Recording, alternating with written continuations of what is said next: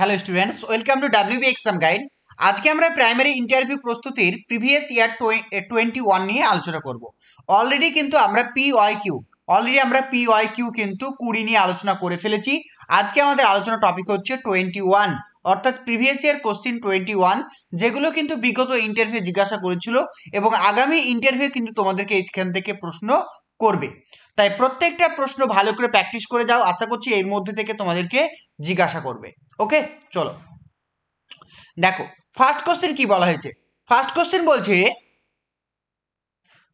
বলা হয়েছে একজন শিক্ষার্থী আপনার ক্লাসে ক্রমশ পড়াশোনায় পিছিয়ে পড়েছে, আপনি একজন শিক্ষক হিসাবে কি করবেন? খুব ভালো একটা প্রশ্ন। কি বলা হয়েছে দেখো, একজন শিক্ষার্থী আপনার ক্লাসে ক্রমশ পড়াশোনায় পিছিয়ে পড়ছে, আপনি একজন শিক্ষক হিসাবে কি করবেন?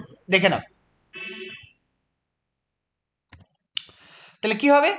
যদি দেখি কোনো শিক্ষার্থী আমার ক্লাসে ক্রমশ পড়াশোনায় পিছিয়ে পড়ছে, তাহলে প্রথমে আমি তার পিছিয়ে পড়ার কারণ জানার চেষ্টা করব। হতে পারে সে বিষয়টা ভালোভাবে বুঝতে পারছে না, অথবা ব্যক্তিগত কিংবা পারিবারিক কোনো সমস্যার মধ্যে রয়েছে। আমি বন্ধুসুলভভাবে তার সঙ্গে কথা বলবো, যাতে সে নিজের সমস্যাগুলো খোলাখুলিভাবে বলতে পারে। এরপর আমি তাকে বিশেষভাবে সহায়তা করব, প্রয়োজনে অতিরিক্ত সময় দিয়ে কঠিন অংশগুলো সহজভাবে বোঝাবো। পাশাপাশি ক্লাসে এমন পরিবেশ তৈরি করব যেখানে সহপাঠীরাও তাকে সাহায্য করতে উৎসাহিত হয়। আমি তার অভিভাবকের সঙ্গে যোগাযোগ রাখব, যাতে বাড়িতেও তাকে সহায়তা করা যায়। তার অল্প অগ্রগতিতেও আমি প্রশংসা করব, যাতে তার আত্মবিশ্বাস ফিরে আসে। বোঝা গেল প্রশ্নের উত্তরটা কিভাবে বলেছি? তাহলে এত সুন্দর করে আমি কিন্তু দেখো সব কিছু এর মধ্যে কভার করে দিয়েছি। খুব ভালো করে পড়ে যাবে, আশা করছি প্রত্যেকে পারবে। আমি আরেকবার বলে দিচ্ছি, ভালো করে শোনো, মন দিয়ে শুনলে কিন্তু বেশি মনে থাকে, তো একটু ভালো করে শোনো। যদি দেখি কোনো শিক্ষার্থী আমার ক্লাসে ক্রমশ পড়াশোনায় পিছিয়ে পড়ছে, তাহলে আমি প্রথমে তার কারণটা জানার চেষ্টা করব। হতে পারে সে বিষয়টা সে বুঝতে পারছে না, বা তার কোনো ব্যক্তিগত কারণ রয়েছে বা সমস্যা রয়েছে, বা তার কোনো পারিবারিক সমস্যা রয়েছে। তারপর আমি তার সঙ্গে বন্ধুসুলভভাবে আচরণ করব, যাতে সে আমার প্রতি সে বন্ধুত্ব বিশ্বাসটা ফিরে পায় এবং তার যে সমস্যাগুলো আমাকে সে বলতে পারে। এরপর আমি তাকে বিশেষভাবে সহায়তা করব, প্রয়োজনে অতিরিক্ত সময় দিয়ে কঠিন অংশগুলো সহজভাবে বোঝাবো। পাশাপাশি ক্লাসে এমন পরিবেশ তৈরি করব যাতে তার সহপাঠীরা মানে ক্লাসমেটরাও তাকে সাহায্য করতে উৎসাহিত হয়। আমি তার অভিভাবকের সঙ্গে কথা বলবো, যাতে তাকে বাড়িতেও একটু পড়াশোনার প্রতি সময় দেয়, ঠিক আছে? এবং সে যদি অল্প কিছু অগ্রগতি করে, আমি তার অগ্রগতিতে প্রশংসা করব, যাতে সে তার আত্মবিশ্বাসকে ফিরে পায়। বোঝা গেল? নাহলে সে তো হীনমন্যতে ভুগবে যে সবাই পারছে আমি পারছি না, তাই না? এটা কিন্তু করানো যাবে না।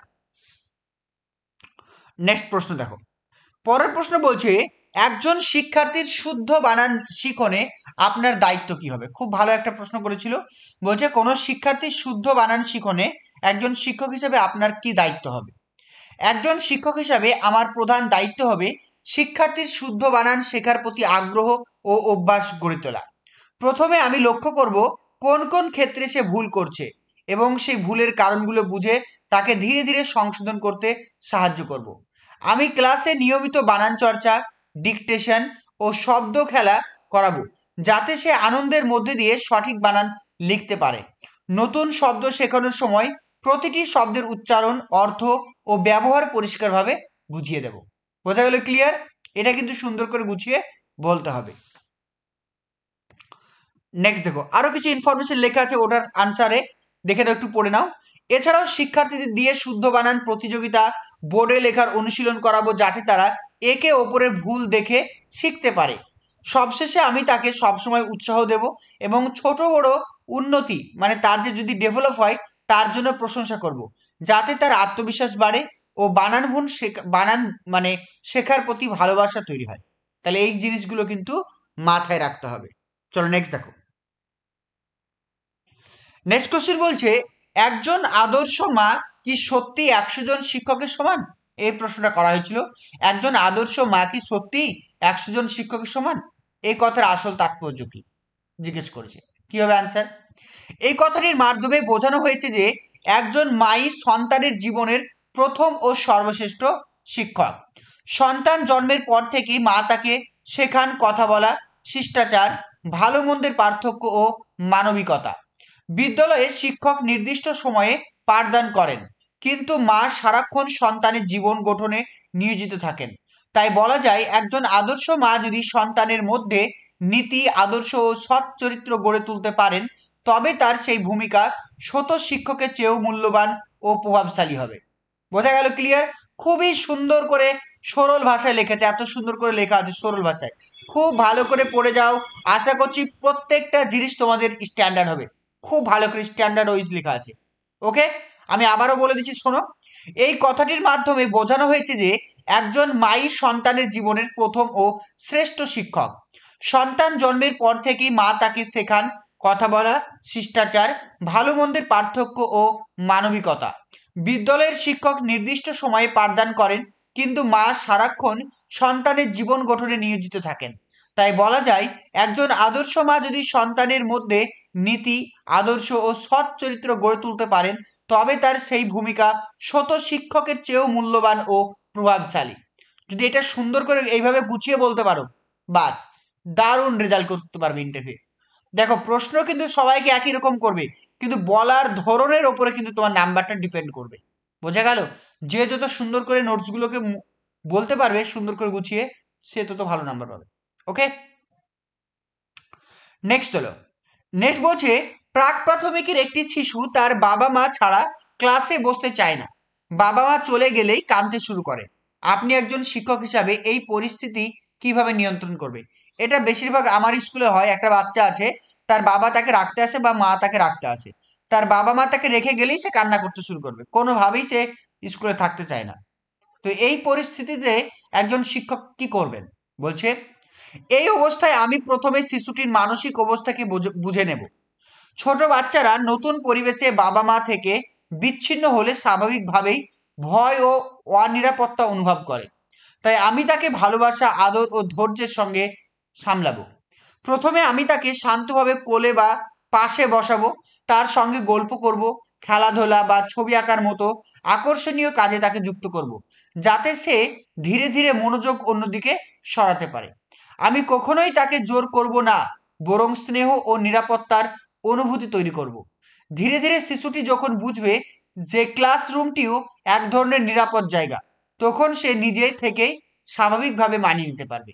বুঝতে পেরেছো? যখন সে বুঝতে পারবে যে তার স্কুলের ক্লাসরুমটা তার বাড়ির মতো একটা নিরাপদ, সেখানেও তার বাড়িতে যেমন বাবা মা রয়েছেন, সেখানে ঠিক তেমনি স্কুলে তার বাবা মায়ের মতো শিক্ষক বা শিক্ষিকারা রয়েছেন, তাদের সঙ্গে খেলা করবে, মিশবে, তখন সে দেখবে আনন্দের সঙ্গে সেই স্কুলের টাইমটাকে কাটাচ্ছে। বোঝা গেল? নেক্সট দেখো, নেক্সট বলছে শিক্ষাক্ষেত্রে শিক্ষার্থীদের পাশ ফেল প্রথা তুলে দেওয়া হয়েছে। আপনি কি এটি সমর্থন করেন? খুব ভালো একটা প্রশ্ন করেছিল। দেখো, বলছে হ্যাঁ, আমি এই সিদ্ধান্তকে সম্পূর্ণভাবে সমর্থন করি। কারণ পাশ ফেল প্রথা তুলে দেওয়া শিক্ষা ব্যবস্থার একটি মানবিক ও শিক্ষার্থী কেন্দ্রিক পদক্ষেপ। প্রাথমিক স্তরে শিক্ষার মূল উদ্দেশ্য হওয়া উচিত শিশুর শেখার আগ্রহ ও আত্মবিশ্বাস বৃদ্ধি করা, ভয় বা প্রতিযোগিতা সৃষ্টি করা নয়। পাশ ফেল প্রথা থাকলে অনেক শিশুর মনে ভয় ও হীনমন্যতা তৈরি হয়, যা তাদের শেখার ইচ্ছাকে নষ্ট করে দেয়। কিন্তু পাশ ফেল তুলে দিলে শিশুরা আরও স্বাচ্ছন্দ্য ও আনন্দের সঙ্গে শিখতে পারে। তারা ভুল থেকে শিক্ষা নিতে শেখে এবং ধীরে ধীরে নিজেকে উন্নত করে। এখন ধারাবাহিক ও গঠনমূলক মূল্যায়নের মাধ্যমে প্রতিটি শিক্ষার্থীর অগ্রগতি পর্যবেক্ষণ করা যায়, যার ফলে শিক্ষক বুঝতে পারেন কোন ক্ষেত্রে শিশুর আরও সাহায্যের প্রয়োজন রয়েছে। তাই আমি মনে করি পাস ফেল প্রথা তুলে দেওয়া শিক্ষার্থীদের মানসিক বিকাশ, শেখার আগ্রহ ও ইতিবাচক মনোভাব গঠনে অত্যন্ত সহায়ক ভূমিকা পালন করে। ঠিক আছে, পারবে তো বলতে? সুন্দর করে গুছিয়ে বলে দেবে ইন্টারভিউ। যারা নোটসগুলো এখনো কেননি, প্রত্যেকে নোটসগুলো কিনে নাও, খুবই অল্প দাম রয়েছে, ভালো করে পড়াশোনা করো। ঠিক আছে, চলো নেক্সট দেখো। পরের প্রশ্ন বলছে ব্যাবলিং বলতে আপনি কি বোঝেন? এটি কোন বয়সে দেখা যায়? খুব ভালো একটা প্রশ্ন করেছিল, দেখে নাও কি হবে অ্যান্সার।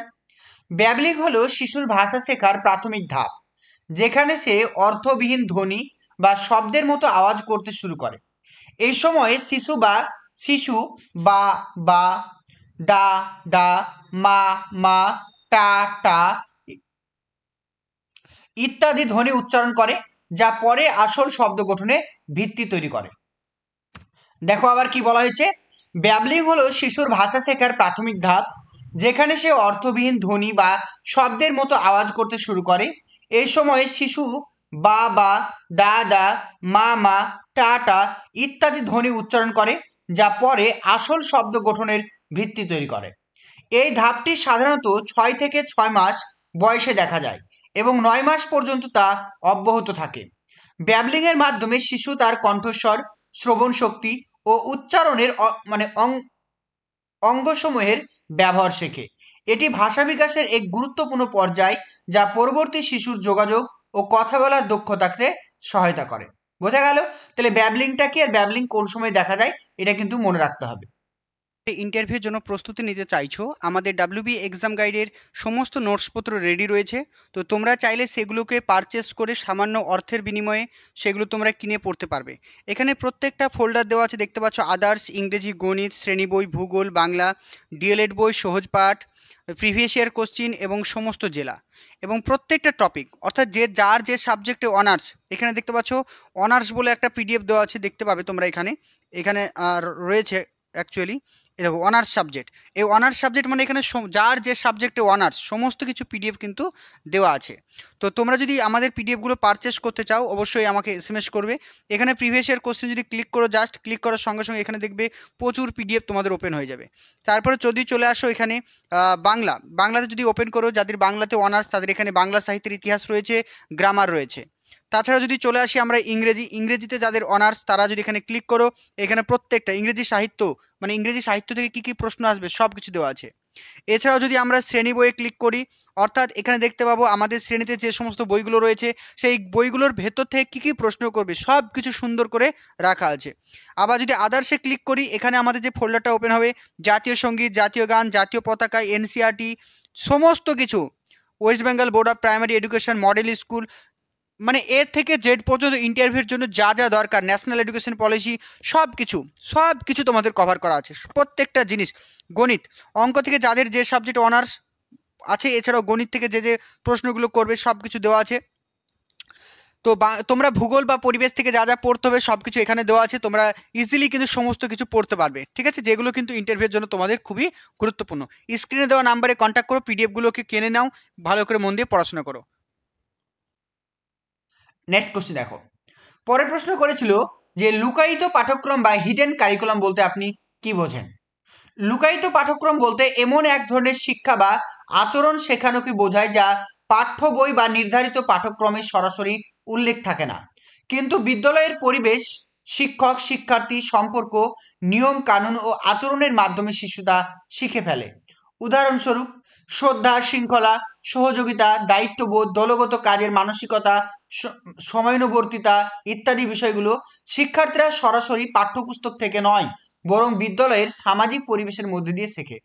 অর্থাৎ লুকায়িত পাঠ্যক্রম শিক্ষার্থীর চরিত্র গঠন, নৈতিকতা, সামাজিক আচরণ বিকাশে অত্যন্ত গুরুত্বপূর্ণ ভূমিকা পালন করে, যা একজন শিশুকে শুধু শিক্ষিত নয় বরং একজন ভালো মানুষ হিসাবে গড়ে তোলে।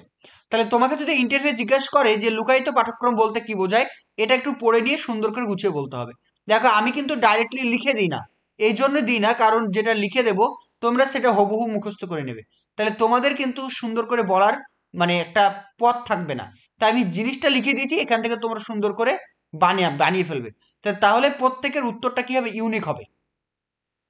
তো এই লুকায়িত পাঠ্যক্রম কি? লুকায়িত পাঠ্যক্রম হচ্ছে আমাদের বিদ্যালয়ের এমন কিছু পাঠ্যক্রম যেগুলো আমাদের সিলেবাসের মধ্যে থাকে না বা কোনো একটা বইয়ে থাকে না, সেটা আমাদের বিদ্যালয়ের পরিবেশ থেকে অর্জন করতে হয়, যেগুলো আমাদের কি নৈতিক শিক্ষা, চরিত্র গঠন, একজন ভালো মানুষ হতে সাহায্য করে। যেমন কোনো শিক্ষক যদি ক্লাসরুমে আসে, শিক্ষার্থীরা কি হয়, উঠে দাঁড়ায় শিক্ষককে সম্মান জানার জন্য। এটা কি কোনো আমাদের বইয়ের মধ্যে রয়েছে? নিশ্চয় নেই। এটা হচ্ছে লুকায়িত পাঠ্যক্রম। বোঝা গেল?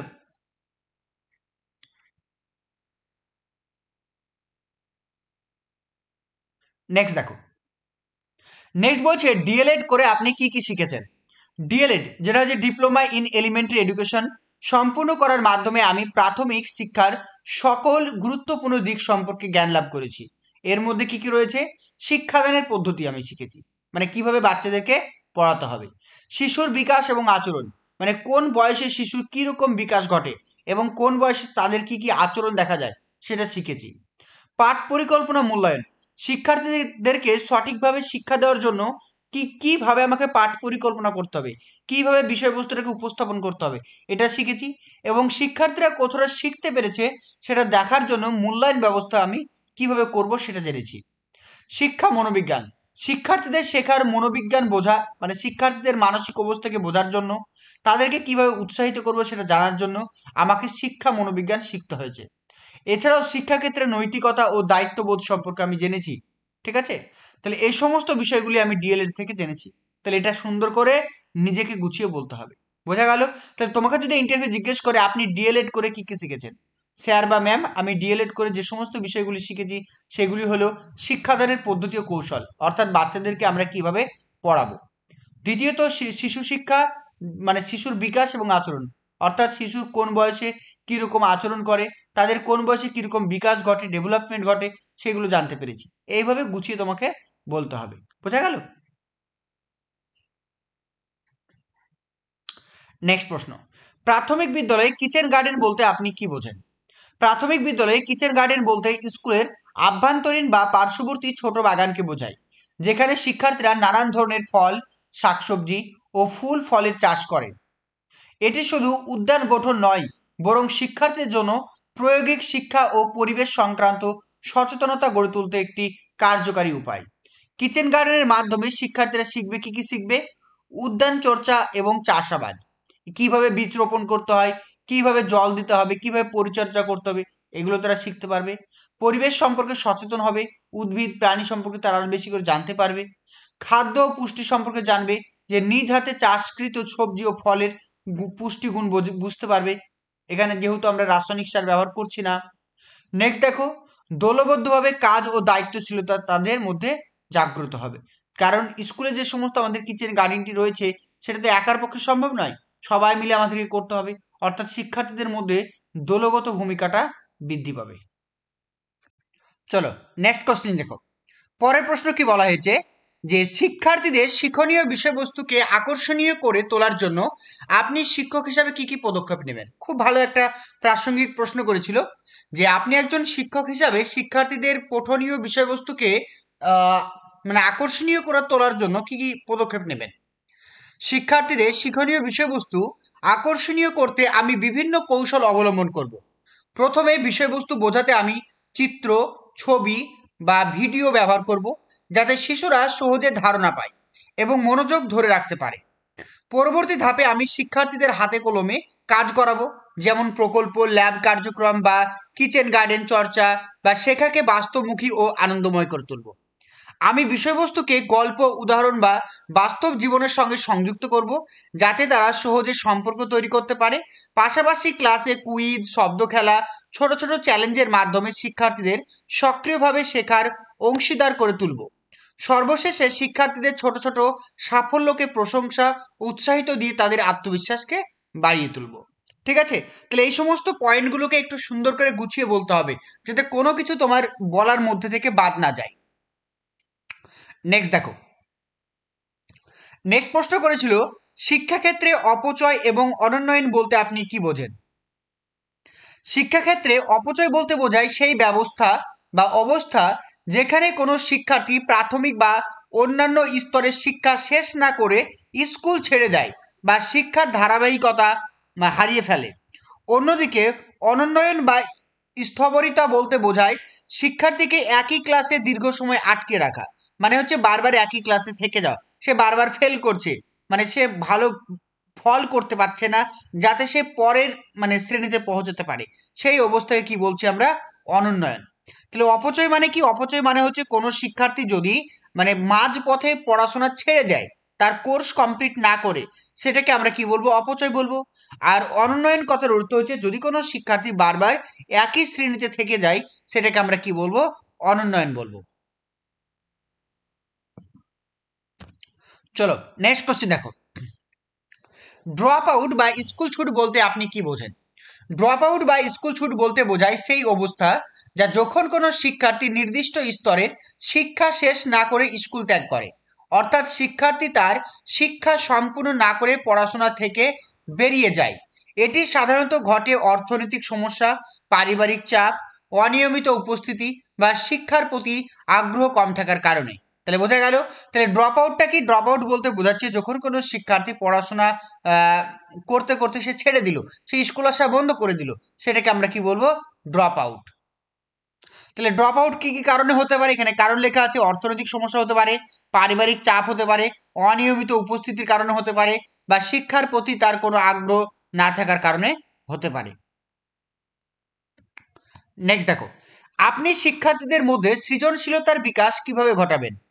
শিক্ষার্থীদের মধ্যে সৃজনশীলতা বিকাশ করতে আমি ক্লাসে মুক্ত এবং উৎসাহমূলক পরিবেশ তৈরি করব, যেখানে তারা বিনা ভয়ে নিজের ধারণা, প্রশ্ন এবং মতামত প্রকাশ করতে পারবে।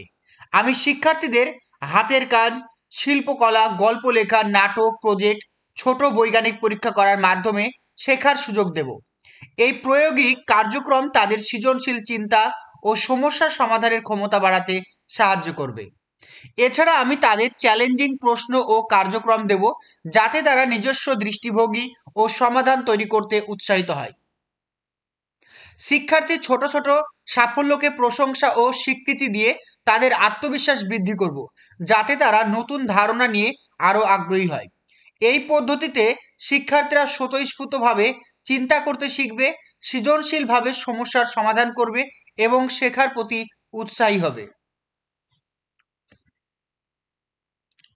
নেক্সট কোশ্চিন দেখো, বলছে শিশুশ্রম আইন কি? এটি ভারতীয় সংবিধানের কোন ধারায় উল্লেখ রয়েছে?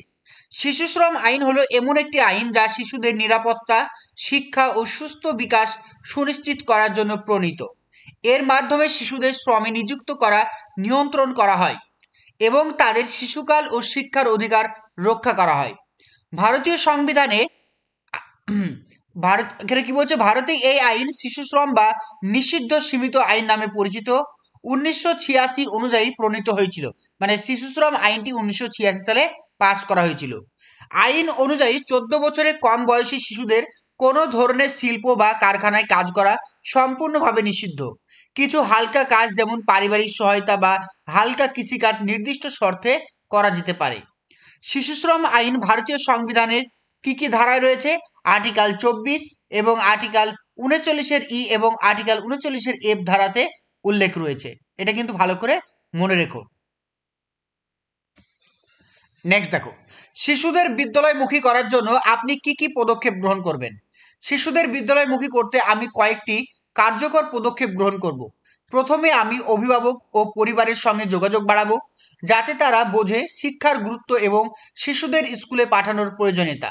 দ্বিতীয়ত, আমি বিদ্যালয়ের পরিবেশকে আনন্দময় ও আকর্ষণীয় করে তুলব, যেমন সুন্দর ক্লাসরুম, খেলার মাঠ, শিক্ষণীয় কার্যক্রম, যাতে শিশুদের আগ্রহ বাড়ে।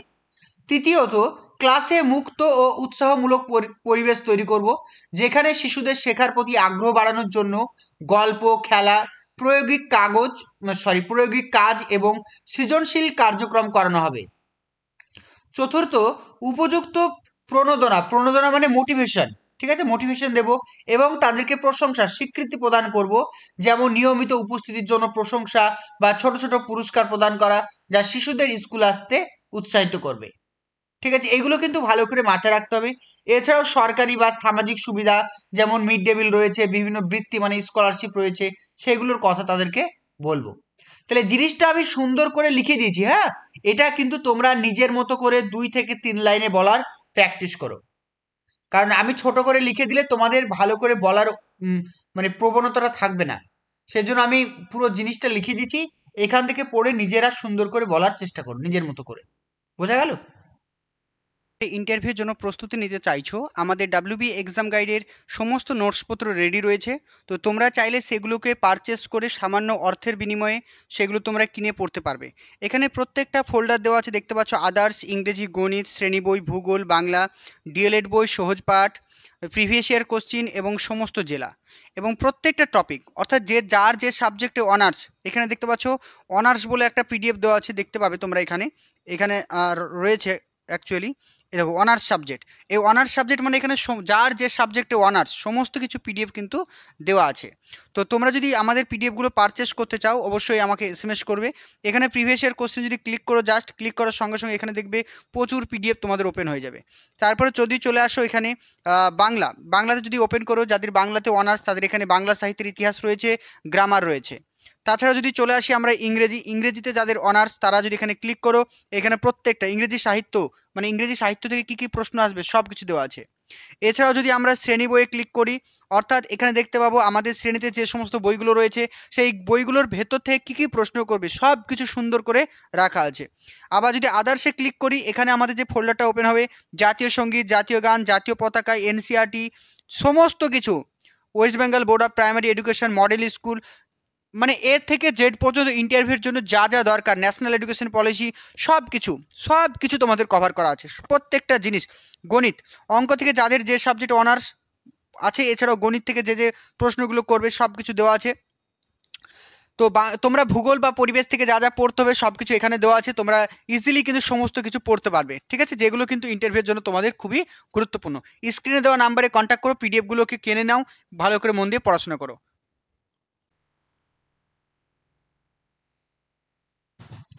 নেক্সট দেখো, নেক্সট বলছে শিশুকেন্দ্রিক শিক্ষায় শিক্ষকের ভূমিকা কিরূপ হবে। অর্থাৎ শিশুকেন্দ্রিক শিক্ষায় শিক্ষকের কীরকম ভূমিকা হবে। শিশুকেন্দ্রিক শিক্ষায় শিক্ষক শিক্ষার্থীর শেখার কেন্দ্রবিন্দু হিসাবে কাজ করেন। শিক্ষক কেবল জ্ঞান দেওয়ার নয়, বরং শিশুকে উৎসাহিত করা, সহায়তা করা এবং তার বিকাশে পথ দেখানো এদের মূল ভূমিকা। আমি শিক্ষার্থীর ক্ষমতা ও আগ্রহ অনুযায়ী পাঠ পরিকল্পনা করব, যাতে প্রতিটি শিশু তার গতিতে শিখতে পারে। ক্লাসে মুক্ত ও সৃজনশীল পরিবেশ তৈরি করব, যেখানে শিশুরা বিনা ভয়ে গল্প করতে, পরীক্ষা নিরীক্ষা করতে এবং নতুন ধারণা প্রকাশ করতে পারে। আমি শিক্ষার্থীদের সমস্যা বুঝে বন্ধুসুলভভাবে সহায়তা করব এবং তাদের আত্মবিশ্বাস বাড়াতে ছোট ছোট সাফল্যকে প্রশংসা করব। এছাড়াও খেলাধুলা, প্রজেক্ট, অভিজ্ঞতামূলক কার্যক্রমের মাধ্যমে শিশুদের শেখার প্রক্রিয়াকে আরও আনন্দময় ও প্রায়োগিক করব।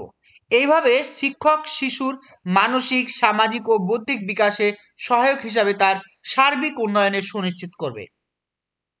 দেখো, আমি যে কথাগুলো এখানে বললাম সেখানে কিন্তু শিশুর মানসিক, সামাজিক, বৌদ্ধিক, প্রক্ষোভিক সমস্ত দিকের কথা উল্লেখ করেছি, তাই প্রত্যেকটা জিনিস কিন্তু উল্লেখ করতে হবে, ঠিক আছে।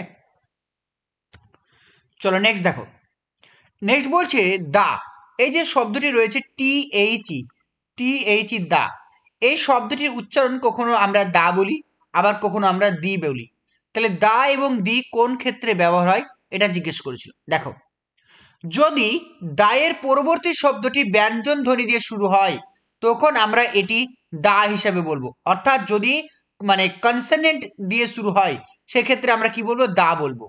যেমন হচ্ছে দা বুক, ঠিক আছে, কারণ হচ্ছে বি ব্যঞ্জন ধ্বনি মানে কনসোনেন্ট।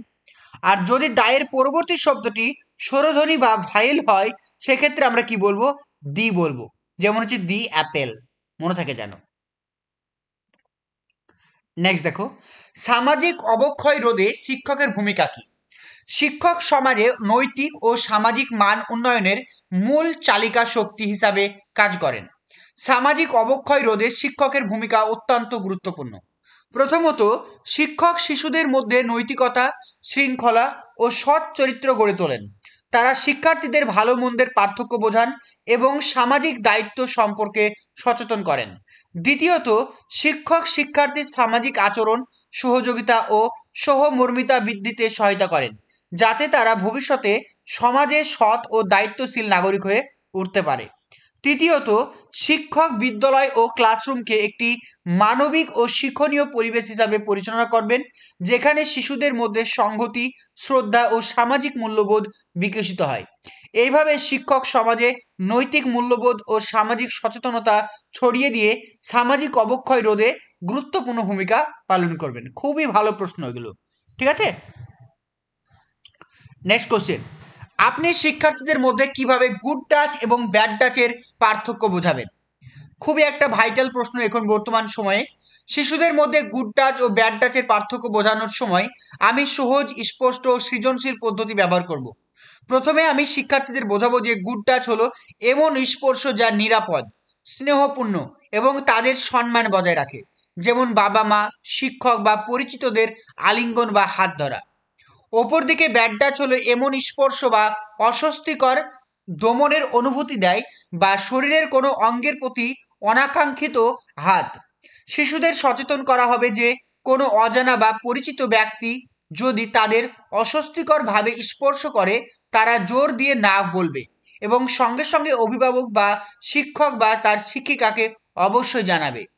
আমি শিশুদের গল্প, ছবি, রোল প্লে, ভিডিও ব্যবহার করে উদাহরণের সাহায্যে দেখাবো, যাতে তারা সহজেই পার্থক্যটা বুঝতে পারে।